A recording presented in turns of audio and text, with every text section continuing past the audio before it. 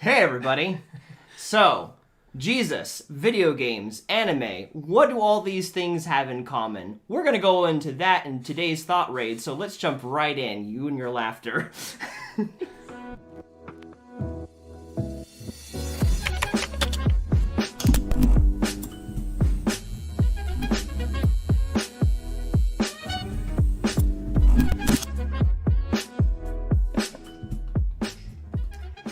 Well, welcome to Thought Raid, a show where we take on thoughts and find better ways of thinking about them. I'm Brandon, over here is Tim, and today we have a special guest, David Ebrahim. What up? And today we're going to be talking about some really fun stuff that's close and near and dear to my heart, which is how anime and video games fits into Jesus, or Jesus fits into the... I don't know. How it all mixes. How it all mixes, because honestly, there was a large portion of my life where I felt like I had to move away from doing video games and enjoying those kind of things, because that's not where Jesus was located. He was out on the streets. He was in the church, Brandon. He was apart from this stuff. He was apart from this stuff, and I couldn't have those things. And then suddenly, my Bible teacher gave me a project, and he was like, okay, I want you to do something, take what you do normally and do ministry out of it. And I was like, okay, well, I'll do something related to street ministry. And he was like, Brandon, you don't do street ministry normally. You play video games. Do something with video games. And my mind was immediately destroyed. So... So this is a very important topic, okay? So that's what we're going to be talking about, how all these things can and do fit together. So Tim, you and your fantastic questions, let's do this. Let's jump right in. I don't know. I don't have as many questions today. I just want to reference a conversation that David and I had a couple weeks ago. So how did that even happen? Do you remember? Well, I'm trying to remember why we first started, which you're friends with my brother, so we met through that, and then we were talking about just, I guess, life in Jesus, and you were like, hey, you want to just come over every once in a while and talk, because I think at that time I didn't have any Christian friends, really, and so you were like, hey, just once a month, let's hang out and talk. So we've been doing that, and on one of those, I was kind of talking about that disconnect where I'm like, well, I have my relationship with God on this side, and I have my video games on this side, and I feel like they, it was just kind of like, if I'm playing video games, I feel I felt wrong about it. Like I was I could be doing so much better, bigger, better things with my life, and the way that I was playing video games, the amount of I was playing video games, yes, that's true. There's definitely a balance to life there that you can't just spend all your time playing video games, and that's unhealthy. But that was, I think you were the first one that brought that up, because you were talking about you've been doing this for 8 years. 8 years. Doing video games in ministry, whereas I had literally never really put the two together until you said, hey, why don't you just do a ministry regarding video games, or sharing the gospel through video games. And I want to be careful with that too, because the perspective, when people hear the word ministry, they think going out on the streets. Pray for you, Lord Jesus. And there's a big difference, I guess, between ministry and actually living life doing something. And you can have a ministry where you do stuff. I mean, that makes sense. We stream sometimes when we play video games, and we just talk to people about Jesus, being intentional. And, that's cool too, but also there's the space for, hey, I'm just like you said, you had two different lives essentially. Oh, yeah. Let me walk over here and be a Christian, just read my Bible, walk over here, play some video games, and, talk to people about everything, it's Sunday, gotta go back over here, and it's like... It feels weird, man. Yeah. And especially when you go to church and you're embarrassed or you feel weird about talking about video games or anime because you feel like you're going to be set apart. Yeah. Yeah. But why do you think Jesus and pop culture don't normally mix? I could see that kind of being a result of... I want to be careful how I put this, but the church is a very, or traditionally has been a very Like it is being in the presence of God is supposed to be holy, set apart, like, respected, I guess would be the best word. Being respected, but it was more focused on, wear your best button-up clothes, be quiet and it's very solemn, and video games and entertainment don't really feel like they fit in that kind of setting. So like it would be weird for me to like talk to, like, when I join a church or something, if I'm talking to people, that's video games just seems like such a distant thing from church. Like it doesn't feel like those two things should be in the same place. And because that's kind of the background of it, and if everybody has that view walking in, nobody's going to talk about it going into the church. So I guarantee you there's probably, 10 other dudes within 100 feet of you that like to play some video games in their free time or have those same interests, but nobody's ever going to bring it up. Yeah. And then you're all just alone with a bunch of people, and you're just like, well, that's not helping anybody. Did you ever see that meme that was floating around a while back? It was two hamsters in a cage, and one hamster was sitting up on the wheel, and like there was another hamster laying on him asleep, and the caption was, he wanted to play PlayStation so bad. Like he was just stuck because his mate was like asleep on him. And that's kind of like a picture of what it felt like in church for a long time, because it's like, I have these desires to play games and watch anime, and that's what makes me excited, because I like the adventure. I like, the crazy stories and stuff. But I feel like I can't live this because I'm supposed to be in church talking about 1 John, whatever, Yeah. And, yeah. Like, what do you think, Brandon? Like, why do you think Jesus and pop culture don't normally mix? Well, I mean, you gotta keep in mind, like, what some of these video games look like on the outside. And to a person who never grew up with video games, which is our parents, to see demons on a video game, to see... Boobs. And boobs. Demons and boobs. Succubi. To see those type of things, that's all they see. They only see the witchcraft or the demons or the naked people or whatever. They don't see all the other things that are going on in the background. So sometimes they'll see things like Minecraft and they won't think two things about it. Or Mario. Oh, this is pleasant. Yeah. So they'll not do that. And so, like, that's one reason I think a lot of times the church has stayed away from that. It's because they see the bad that is in it. Dungeons and Dragons. Pokemon is Pocket Monsters. They see these things and like, this is going to lead my child to hell. What about Yu-Gi-Oh? You mean you use cards to summon creatures? What? I think it's interesting, though, because, like, while video games and anime have... like definitely parts that shouldn't be like gone to, like with boobs and whatever. Hentai. Like that. Yeah, there's like the weird side of all of that. But if you look at sports, it's the exact same way. You go on there's cheerleaders and all that. Yeah. But people are like, oh, it's just sports. Like just ignore that.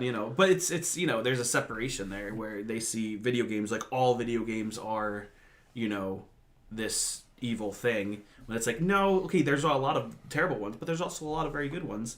There's a lot of very, things that'll help you learn, help you think. But I think the other area that people will see when they're in the church, then they look at video games and the people doing them, is they'll see the news article that says, person played 3 days straight in video games and died in house, kind of thing. They'll see these, like, fringe situations of, like, here's my son, he's playing his games for hours on end. Fortnite.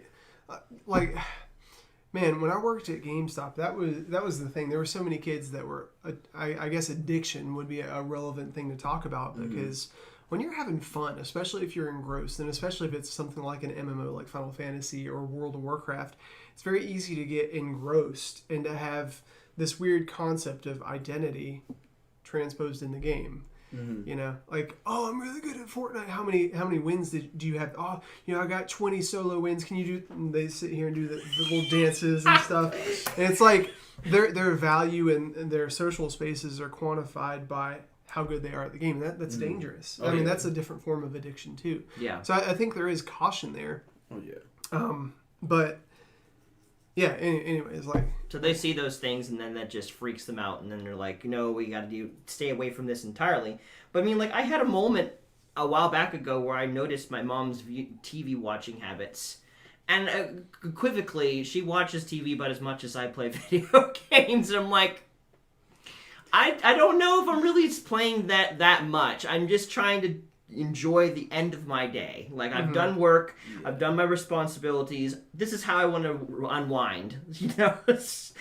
So it's like, I don't know if really it's as bad as people make it out to be. They just see one aspect of it, and they don't see all the other things going on. I think that's where it's interesting how Jesus can fit into this, because it doesn't have to be something you do alone, because there's multiplayer in video games, and that's something that's not as easily seen. So, but I guess we're going to get into that. That's just, I wanted to answer your question. Yeah, like, I think it's really interesting, because I came into a relationship with Jesus later in life, you know, like 6 or 7 years ago. And by that time, you know, I'd already gone through a video game addiction that really destroyed my life in so many ways, you know, and I worked at GameStop, man. I was a GameStop store leader for many years. Well, not store leader for many years. I was a leader in some form or fashion, and just to be clear. Yeah. And so it was a means to an end. Like, I came home, and part of my job was bringing games home and reading Game Informer magazine and Kotaku.com, you know, making sure that I was up to date and whatnot. And, you know, oh man, dude, Madden 2020 is, dude, are you psyched? What about the Steelers? I don't care about sports at all, you know? And feigning that excitement. But it's like the stuff I was actually excited about. You know, when somebody would come in my store and talk about freaking Final Fantasy or RPGs, man, or strategy games like this. I love The Sims, World of Zoo. We talked about that. You and I actually bonded over The Sims, or SimCity. SimCity. Initially. And, you know, it's like, oh, there's a connection there. Oh, what about anime? Oh, dude, I love Naruto. Like, I just love the story, the character development. There are really bad, and by bad I mean like raunchy and anime out there that'll take your minds in different places that in my past I've watched, you know, and I think about those too. But in an anime culture, similar to video game culture, there is a lot of fan service. And if you guys don't know what fan service is, it's basically, I won't say explicit content, but I guess like suggestive, at least. Very suggestive content with the intentionality of hooking people without being pornography. Yeah. Would that be accurate? Yeah, that makes sense. Yeah. So there's that too, but you know, it's just the idea of leaning into a relationship with Jesus, but also incorporating this. When that happened for me, I was like, all right, I work at GameStop. I play video games a lot, but also am learning to let Jesus show me who I am. And it was really weird because I lived with Seth Wingate back then. He didn't, well, to a degree, he didn't play video games. He was excited about Star Wars. I remember Star Wars came out on PS4, Battlefront, was it? Yeah, on PS4, and he was so excited, man. Like, he went out and he bought it because I told him he could play it on PS4. He bought his own controller. Dude spent like $100 on this game, and the game was trash. Like, the first Battlefront was absolute trash. Yeah, it wasn't that great.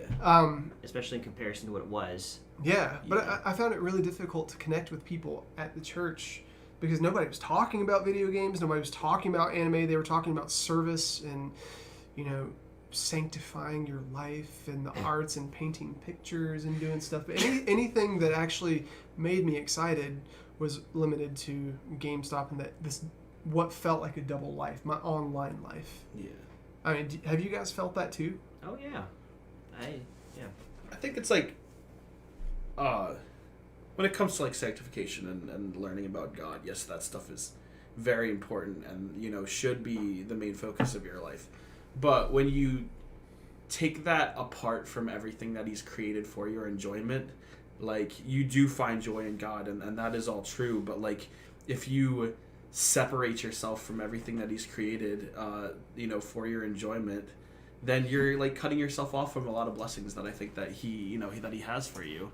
Like, you know, he makes you with certain desires and like, you know, many of them are good and, you know, worth pursuing, as long as you're pursuing him in the process.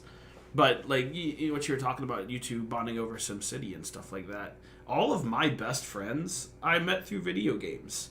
I, you know, one of my friends, Gage, we're playing Dark Souls right now because I love that game.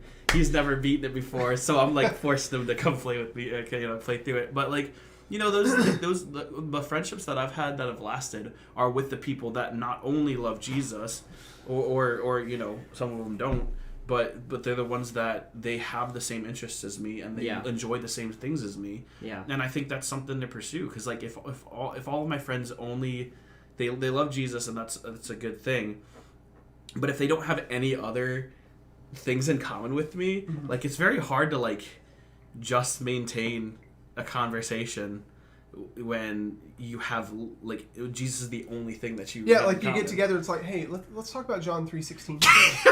What do you think about that? Which you can do and it's good, but that's not like the only thing that's going to keep you connected. Yeah, it just feels very sterile, because I remember when I first came to Roots, a lot of the people that eventually came to Roots through my invitation, like I didn't make it happen. I just like opened the door for people and they chose it. A lot of I can't think of any of them that were really gamers or anything. Yeah.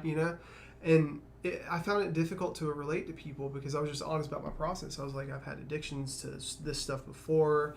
I play League of Legends. What do you guys like? And most of them were into things like volleyball or whatever. And I was like, I don't do that normally, man. I don't play sports this way. I do not like dying on a field because I can't keep up with everyone.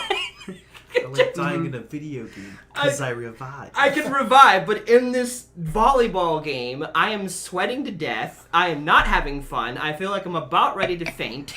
Yeah, but to be fair, a lot of that is because video games are easy and comfortable, and doing stuff like that takes effort. You have to be outside. It is a healthy world, but it's also a different world. Yeah. So you can't really compare them in a way where it's like good versus bad. It's more good for you versus bad for you. Yeah. Like your own subjective, what you like and what you don't like. Mm-hmm. Yeah. But yeah, it's definitely it's way easier to maintain a friendship when you have things that you enjoy in common. Yeah. Versus just one aspect of life. You'll run out of things to talk about. Mm-hmm. Fairly quickly. Yeah. I understand, the people that are closest to me are the ones that have, we have the spirituality connection, but we also connect over video games. It's like, I can be close to people who are into sports, but there's just a disconnect unless we can, make sacrifices for each other, where I'll do something. Like, for instance, I've been working on, being a closer and good friend to Kyle. But Kyle is more interested in volleyball or frisbee and stuff. So and the anti-Brandon activities. The anti-Brandon activities. So my way of creating an olive branch the to him, ABAs. Yes, is I will do non-competitive frisbee sport with him. So we just throw that around. That's something I've been okay to do.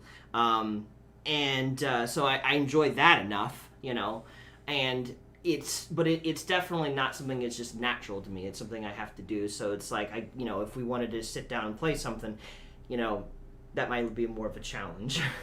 Yeah, it's like when you bring somebody into your world. For instance, if I was friends with somebody that sold, I don't know, life insurance, we could have a conversation and whatever, but if they brought what they do to the table, I'm not excited about life insurance the way I am about life coaching. And somebody that does, I don't know, metal work might not care as much about life coaching as you and I do, because you just have different perspectives, different desires, and I'm glad you brought that up. It's just different things that make us feel happy. Living with Jesus isn't about feeling happy, but it is about leaning into the way God designed you. Now, to be careful with that, I'm not saying that God designed people to like video games, much like God didn't design people specifically to like football. There's just an aspect of it that we enjoy. And for me, for instance, I play League of Legends. I play Skyrim. I like games where I can be competitive in a fantasy way where there's knights and shields and magic and sword. I think it's interesting. Lord of the Rings. I love Lord of the Rings. Oh my gosh, nerd moment. Lord of the Rings, fantastic. Yeah, it's just a different connection point. Just because I like video games doesn't mean we're going to share the same in common if you like Madden football, which is a football game. It's there's a disconnect there. I'm like, every year when people came into the store buying Madden or NBA, I'm like, why are you wasting your money? This game is not fun. Yeah. You know? Do the same thing over and over again. Yeah. But, like, here's the thing. Like, I do think that God does want us to reach out to people that are outside of our interest zone, but the only way we're going to be able to effectively do that is if we recognize what we naturally enjoy instead of just trying to get rid of it entirely. I find it's a lot easier for me to make sacrifices and do things for other people while I'm also getting to enjoy the things that I enjoy at the same time. But if I'm just completely doing something I do not enjoy at all and never could do what I like to do, then every little task that I do becomes a drain. And I just hate life in the end because it's like the part of me that comes alive when I'm able to build a world. I can't build a planet in real life, but I can in video games. And sometimes I like to do that, and so video games gives me that outlet to create an entire planet and all this ecosystem and stuff in it. Like, I come alive doing that, and so I need to have that. In order for me to be an effective minister, I have to utilize what I enjoy rather than trying to just pretend it's not there and go towards the more fivefold ministry, whatever. It's like you can do, like, there's a million different ways that God can use you in ministry. Why would you choose a ministry that does not fit, how God created you, what you enjoy, what you love? Like, if God can use you, and like if God's like obviously pointing you away from a ministry and obviously pointing you to a certain ministry, I mean, go. That's for one it. thing. Yeah, That's one thing. Like, if there's clear open doors, but like if you're just kind of in this space, kind of where I'm at right now, where it's like I'm working, I got nothing going on. Like, I'm just working and saving. That's it. So it's like, all right, well, You need to be on the street corner preaching the gospel, handing out tracts. Yeah, No, please. I think there is a place for that for certain people. Yeah. I think people who just like going out and talking to strangers, if that's where, what their bent is, like, power to them, more power to them. But for me, I do not like meeting new people. I really don't. I like talking to the same people that's forever. That's a Christian, David. Yeah. So it's like, yeah. So why would I not? But if I meet another nerd, like at work, I got a new job this past year, and immediately the first 3 friends that I made, one of them loves anime. We talk about anime. One of them loves video games. We talk about video games, and the other one is the same kind of thing. He's a nerd. We talk about that kind of stuff. Mm-hmm. So if I can connect with people, and the last 3 people that I've shared the gospel with, all people that I play video games with. There's a clear, this is a line of ministry where God can use you here to make friends, to open your social circle, but also to, share the gospel. Mm-hmm. That's just a win. Why would I go somewhere else and do something else when this is obviously, this is what you enjoy and this is what God has for you? That just seems like a, a clear open door there. Yeah. So I want to take it in this direction real quick. Yep. So you mentioned the word desire earlier, and I know that when people talk about desire in today's culture, it's easily perverted, easily perverted, and with reason, because a lot of people engage in their desires without a purpose, just to sate the escape. Escape is a big term that people use relating video games and anime to stuff that's unhealthy. Mm-hmm.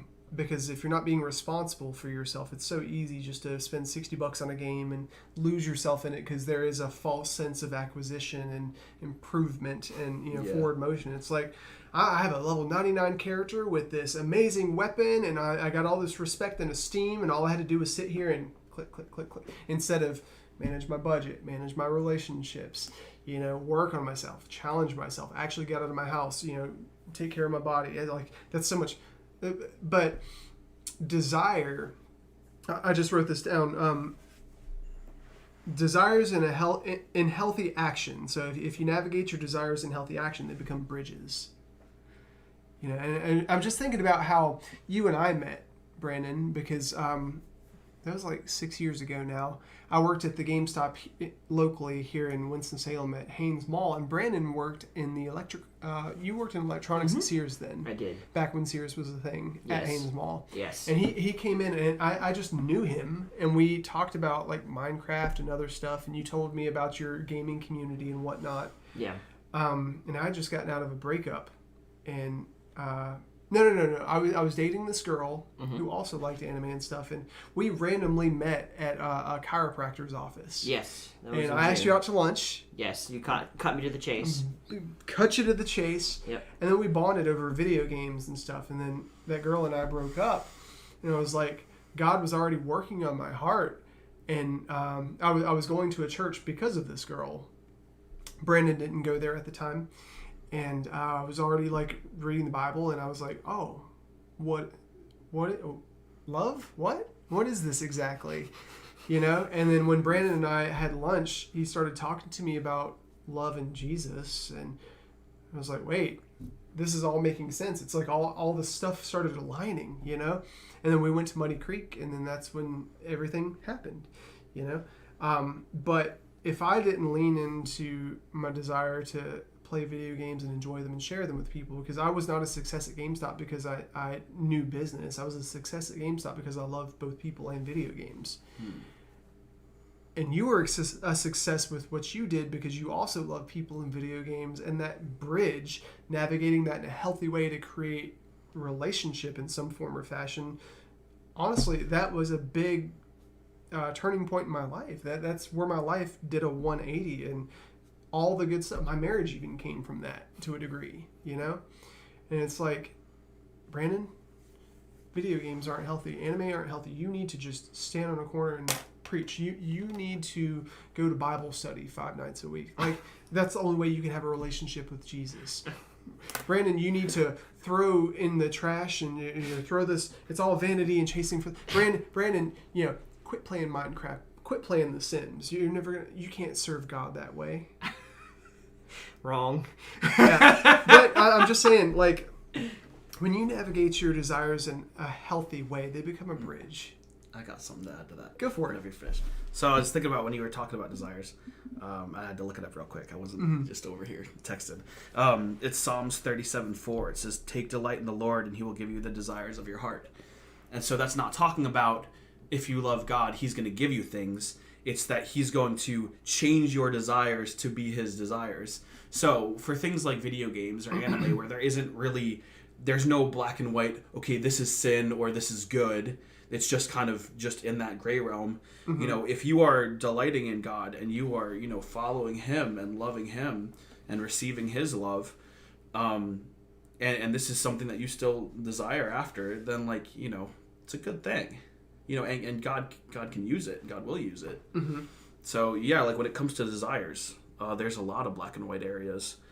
So that's really kind of a good tell, is if you are in a proper relationship with God and you still have, you know, I mean, there's a difference between temptations and desires too, so you kind of got to be careful with that. But, you know, if you have certain desires, God gives us desires. Yeah. He uses desires. And as long as we're following Him, yeah, He's going to make those good desires, not you know, bad ones. So here's a question for you guys. Yep. And this is 2-part. What was the last anime and the last video game that got you absolutely pumped? Video game. And if you guys are watching now too, you can answer as well. Let us know. What was the last video game, anime, I guess anything in pop culture? Like, what got you pumped? Was it a Funko Pop figure that was coming out? Because, dude, I get excited about statues. Oh, and plushies, especially Pokemon plushies. Yeah. And Kigurumis, the onesies. And, like, I love Japanese culture so much. Ramen and... Like, nerd. I feel that, though. So video game and anime? Yeah, like what was the last thing? So for anime, it'd probably be maybe Attack on Titan, honestly. Like that last season, it's been just crazy. So that definitely super pumped about that one.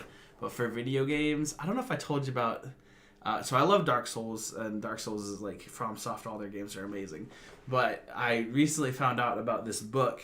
It's called the Dark Souls Trilogy Compendium, and it's basically like a 500-600 page giant book that's like a compilation of all like the artwork and maps and stats and item descriptions and everything that a huge nerd could love. And I finally got my hands on one. Ooh. So it's just sitting in my living room, and every time I'm out there, just if I got nothing to do, I'll just open it up and look through all. It's got it's so good. Oh, dude, that's how I felt about Legend of Zelda, because yeah? as a wedding gift, Luis, if you're watching, thank you so much. He got me the Helian Historia. Do you know what that is? It's a huge book. It's a compendium of everything Legend of Zelda. It's got a sweet awesome leather binding outside with gold inlays, and it talks about all the characters, their storylines, the progression of the weapons, the actual storyline of the games.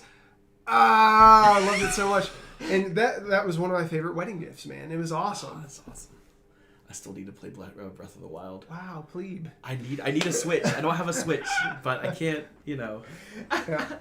Yeah. I think the anime that's got me most hyped, and I need to get into more, but the one that's still it's my go-to is Violet Evergarden, because it's just I've come to realize or a silent movie. Either one, I've come to realize I really love emotional anime. Make you cry. Yes, I enjoy anime making me cry. And both of those definitely accomplished that. Especially, there was this one episode with Violet Evergarden. And so Violet, she's an orphan who, they trained her to be a weapon, essentially. And she's trying to learn how to feel again, because all she's known is fight and kill.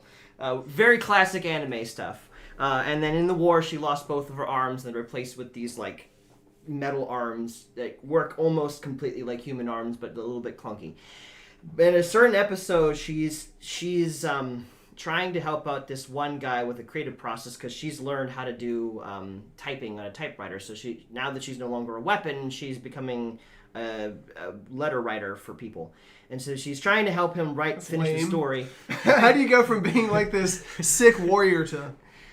I type things. I'm telling you, it's really good, okay? It's enough to make a grown man cry. It is! Okay! So she's trying to help him, and so, this father, she lost her daughter. He writes children's plays. She lost his daughter, I don't know, to cancer or something. And so he's an alcoholic, because that's the only way he knows how to handle his emotions now. And she comes into his life. He ends up sparking things that have been dormant on the inside of him for a while.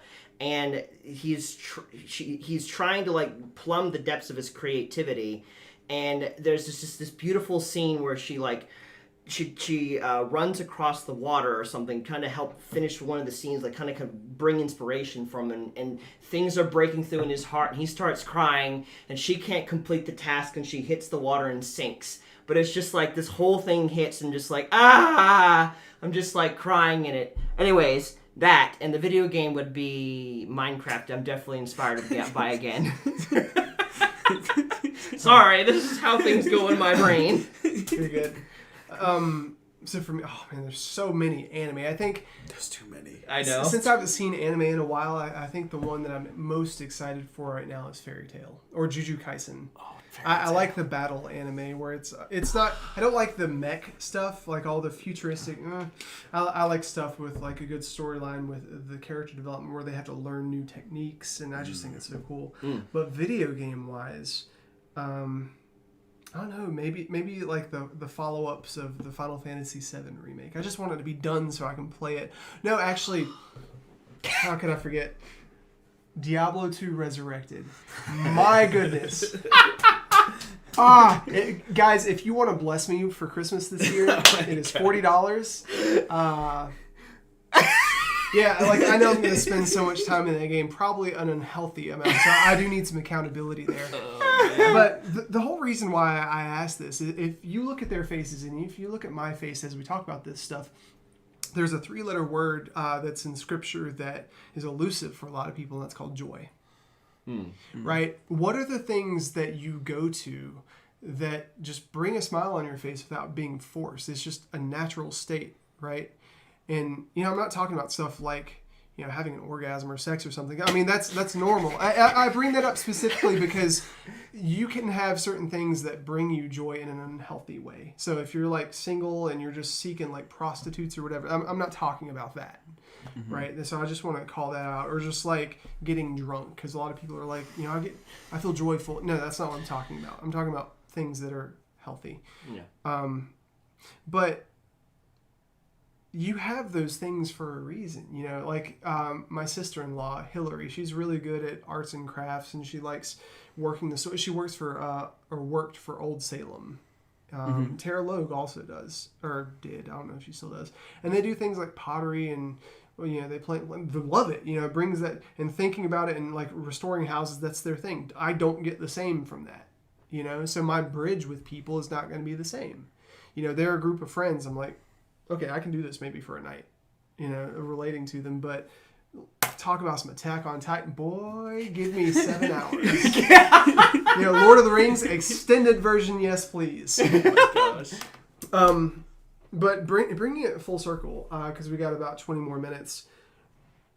As we engage in this stuff, so if you're watching Lord of the Rings, or if you're playing freaking Dark Souls, and you guys are talking junk to your friends online or whatever, or even the online stuff, how do you include Jesus in that exactly without being contrived? I don't think you necessarily have to try to bring it up. Like, every time that I've shared the gospel with anybody, it's we became friends through common interests, and as we talk and live life, those things come up. Like, very rarely have I ever tried to steer a conversation in that direction. Usually either they'll just straight bring it up to me, or we'll be, just talk, like, because like that's what happens when you develop friendships with people and closeness with people. Eventually you're going to talk about the things that actually matter. Hopefully. Eventually people, when you get close enough to people, they'll be like, hey, what do you believe about this? What do you think happens after you die? How do you find hope in life? Why are we all so depressed right now? Like that's huge. Like the number of 20-something dudes sitting in their rooms playing video games that are depressed, that would love to talk about it, they're all over the place. And as soon as you strike up that conversation and you're talking to them about the things that they love in video games, that opens the doors to really like get into life with people. And I think that's the thing. Like that's a big thing is like, yes, you need to share the gospel, and that's important. But like, if your only interaction with somebody is telling them that Jesus loves them, and there's no background or support or anything like that behind that means little to nothing to them. But if you are somebody who's there for them and you show them the love of God in your life just by living life with them and being like, if they need something, you're there. If they, when they're having a hard time, you show up at the door with some pizza and just hang out for a bit. Like, that's huge. Yeah. When people see that, that the love of God is having an effect on your life, people want that. And then also you got to understand that God we don't get saved on our own accord. Like, God has to call us too. So when you have them seeing God in your life and how he's changed you, and God's calling on their life as well, that in unison, like, yeah, I think it's a whole lot more natural than we make it out to be sharing the gospel. It's a lot less, ooh, I need to just push through and awkwardly bring it up at some point or try to force it or like shoehorn it into a conversation. It's a lot more, as I live my life with this person, showing them, that because God loves me, I am free to love everyone, and I want to love everyone. When they see that, it will come up. Like, God will put the words in your mouth, or God will, have them straight bring it up to you. So I think it does a lot of times come down to us thinking that it's our responsibility and like we're the ones that have to do the work.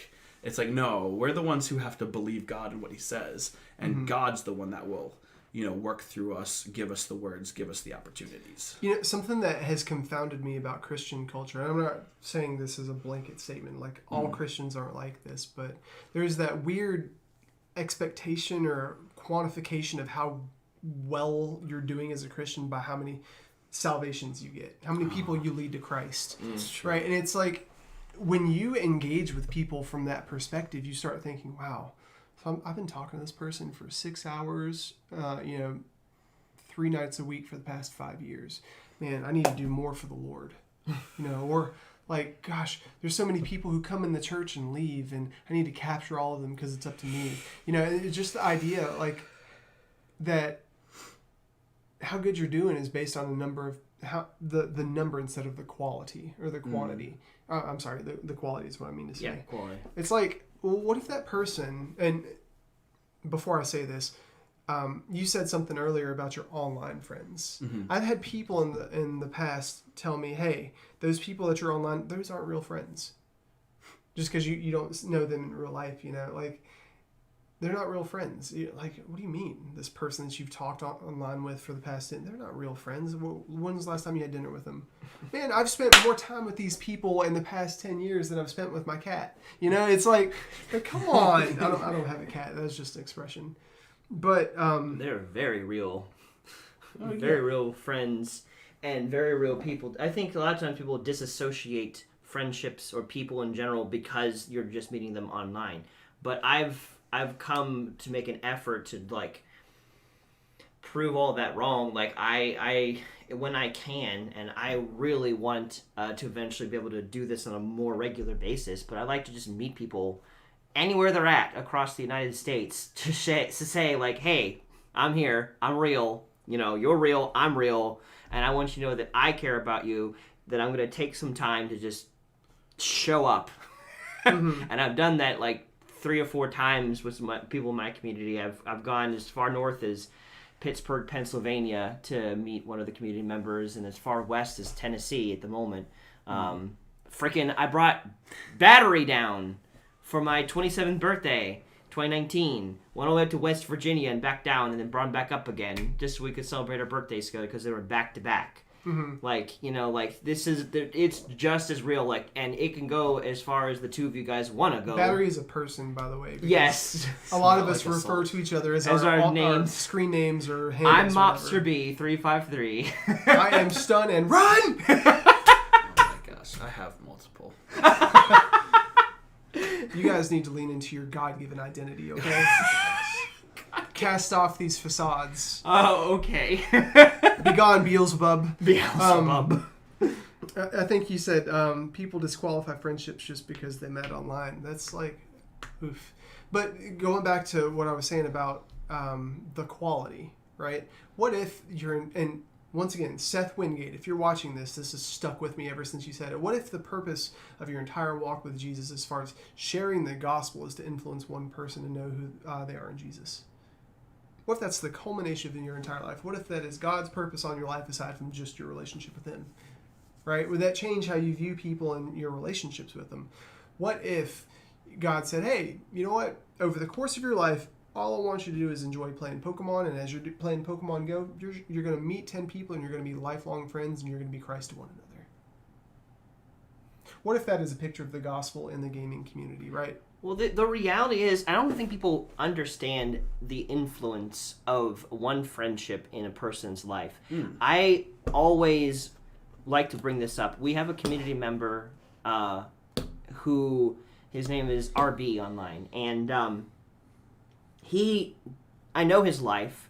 I know he doesn't really travel beyond where he lives much at all. Like, occasionally he'll go on a big adventure, but he's very anxious and stays secluded and everything. But we've had a history for years, online only. I've not met him in person yet. And his life, even though he has like maybe a couple friends outside of online, has already impacted, due to thoughtraid, thousands of people. Like, to say that your life, if you only minister to one person, doesn't mean you don't have a wide reach. That's not true. Like, you have no idea what that one person, how many lives that person affects, and if they share your story, how many lives, how many times your story is going to span out to other people. And real quick, just adding on to that, using that as a springboard, you never know, because everybody's got different professions, right? Some people are web designers, some people work at a grocery store, whatever. You never know how much of an impact you can have by loving that one person. They're going to go to work and do their job, which God probably commissioned them to do, and do it so much better because they feel full, because they feel appreciated, because they feel valued. And that person goes to work. Like if they didn't have that friendship, they would go to work just thinking from a position of debt. Like, I'm in debt emotionally, I'm in debt socially. I'm looking up out of the hole. But when they go to work full, or if they do something for somebody else and they're full and they're not thinking about their self-preservation because that's already been satisfied, man, just think about, like, even somebody, I don't know, maybe they do life insurance or whatever. Like, when people do their vocation, which is basically a vehicle for their purpose, right? Your vocation is not your identity. Your vocation is the vehicle for your purpose. When you go into that knowing who you are and knowing that you're seen and knowing that you're valued, you do it so much better, you know? Appreciate whoever shared. I think it was Joy. Oh, thank you, Joy. Mm-hmm. You know? But if you go into whatever your vocation is and you just feel void, it's like you're just showing up. You know, in Ecclesiastes, and I reference Ecclesiastes, it's one of my favorite books, Solomon says that God's gift to man is his toil, which you work at every single day. That's your gift from God, you know. I think that's crazy. That sucked the first time I read it. And I'm like, crap. But when you go into it knowing, hey, I know who Jesus is, and I have a relationship with him. He loves me, and he's working with me to influence people to feel the same way and to understand who they are. It's like, this all makes sense. Yeah. We got another comment from someone. Sharon.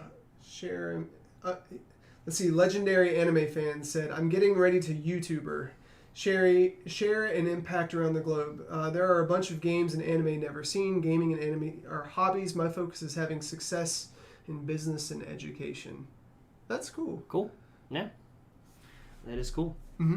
Mm-hmm. But it's something that stood out to me when you were talking about, when you got us all to talk about our favorite anime and our favorite video game, and then you brought it out about the concept of joy. And it brought new meaning to the word enjoy. You know, like, a lot of us don't enjoy things. We don't. What do we enjoy? You know, like, it made me realize that part of building up joy in your life is doing things that you enjoy. I don't know, just for some reason that word got highlighted in a way that I never thought of it before, because it literally does have joy in the word. Yeah, well, when you're engaging in joy, when you are enjoying things, you're engaging in play. And I reference this book a lot. It's called The Intuitive Compass. And it's a diagram, and it talks about how results and play are mutually exclusive. You can't focus on results and play at the same time. Much like Dan Smith said, you can't criticize and create at the same time. Right? So if you're leaning into joy and you're enjoying what you do, you're going to be creative just like God is creative. I mean, think about God. And I've been reading through Genesis, and it talks about how God breathed and created the world. You know, he created earth, and then he was like, okay, well, what's next? Okay, well, let me create a separation between earth and sky, or earth and water, or whatever. And then sky and the water. Yeah, and then he's like, well, okay, well, let me fill it with stuff. And I can imagine what his creative process was like. And then he included Adam in the relationship. Adam, this is stuff I've created. Come name it with me. Right? Think about how that could simulate a video game. It's like I'm engaging in this adventure, and I want you to join with me. Right? I remember I'm a huge Final Fantasy nerd, and I started playing Final Fantasy XI circa 2004, 2005, something like a couple of years after it came out. And there are these creatures called chocobos. They're like horses, but they're birds. Yes. And I remember that was part of Final Fantasy culture, or the lore. And I remember I hit level 20. I was able to equip or ride a chocobo. And I remember we went to this place called Valkyrie Dunes, and it's a beach. And I was in a party with other people. I'd never played an MMO before, but I was online in a group with people that I was just talking to. One person was a paladin. There was a white mage. There was a black mage. I played a thief type character. There was also a warrior. And we're going to kill crabs. And we're just like, do do do do do do do do do do do do do do do. But here's the cool thing. It's like, that was something that I've enjoyed my entire life, and now I was able to share it with people. And these people that I was playing with, I've enjoyed relationship with for the past 10 years. And here's the crazy thing. I stopped playing Final Fantasy. I started playing 2004, stopped playing around 2010, 2011. Fast forward 10 years afterwards, I discovered who Jesus is, and like it really changed my life. And now I'm in association with these same people, and their lives are different. And I had the opportunity to talk to a person because one of them came to me and said, hey, we have a friend who is suicidal and dealing with just is not happy in life. Would you talk to him? That opened the door because they knew that I was engaging in a relationship with Jesus, and I decided to become a life coach, right? All because back in the day, I enjoyed freaking Final Fantasy 11. And it didn't really, nothing that I can see has happened of that yet, but I know that just as you said, that, man, what you said was so great. You said sharing the gospel is a lot more natural than we make it out to be. Mm-hmm. Yeah. And it's not something, here's a track, Jesus loves you, let me pray for you. It's going through the motions with people, man, walking the mile with people.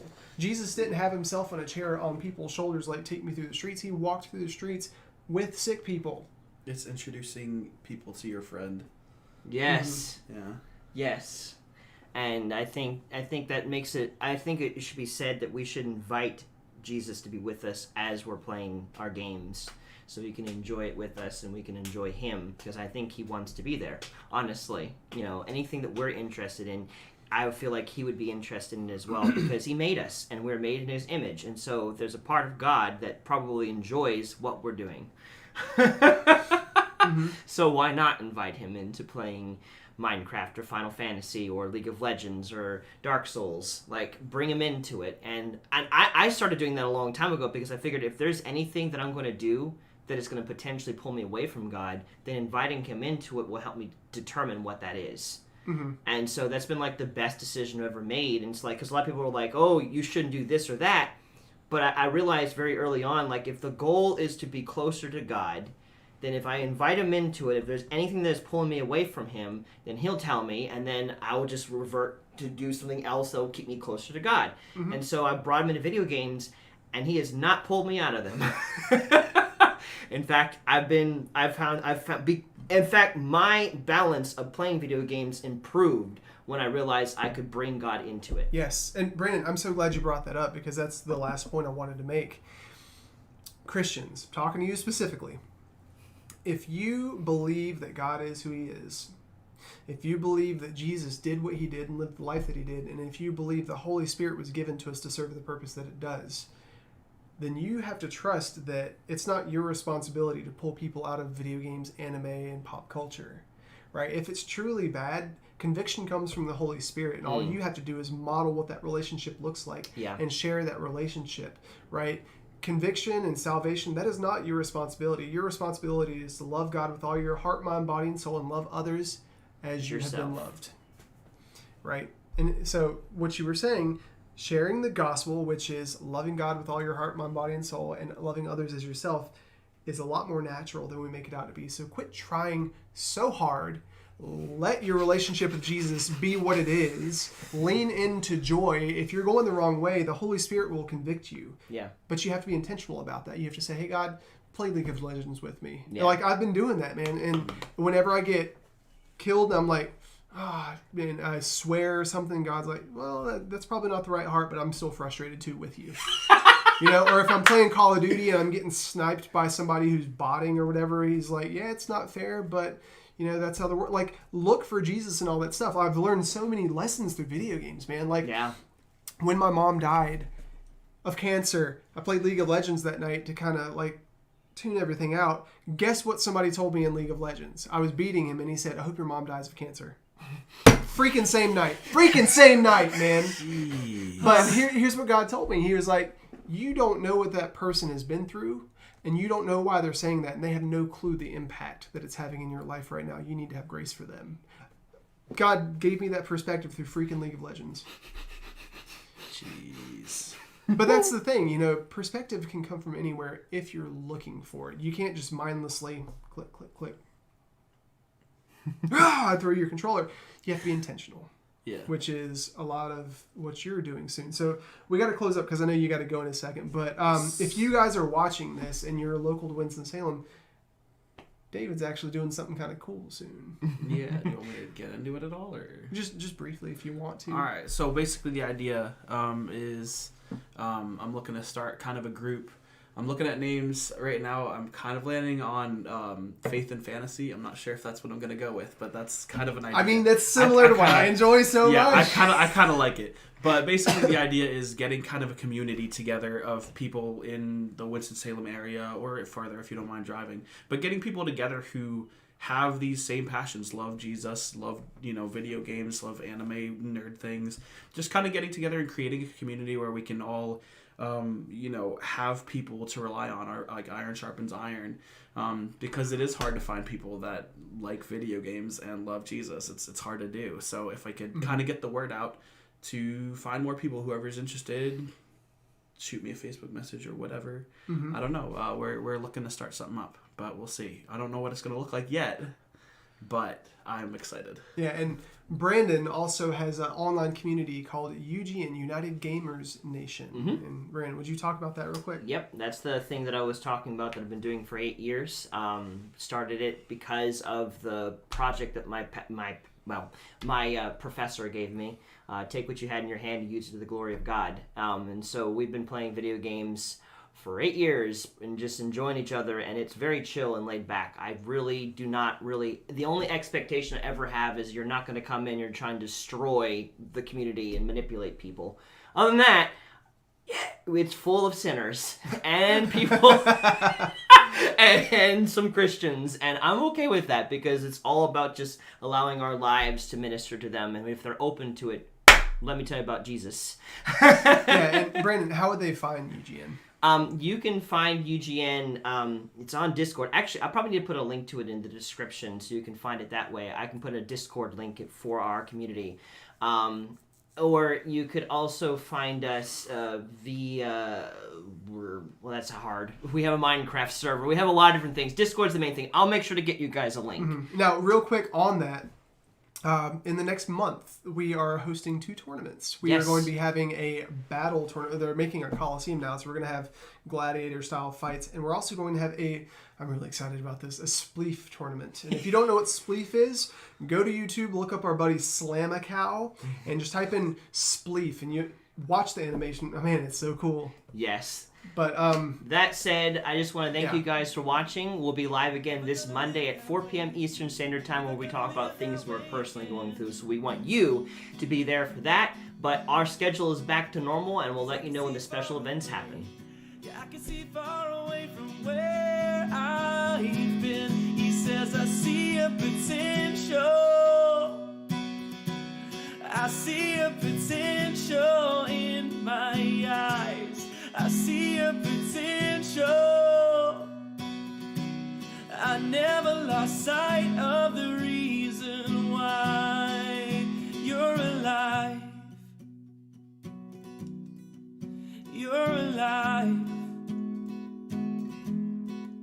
You're alive.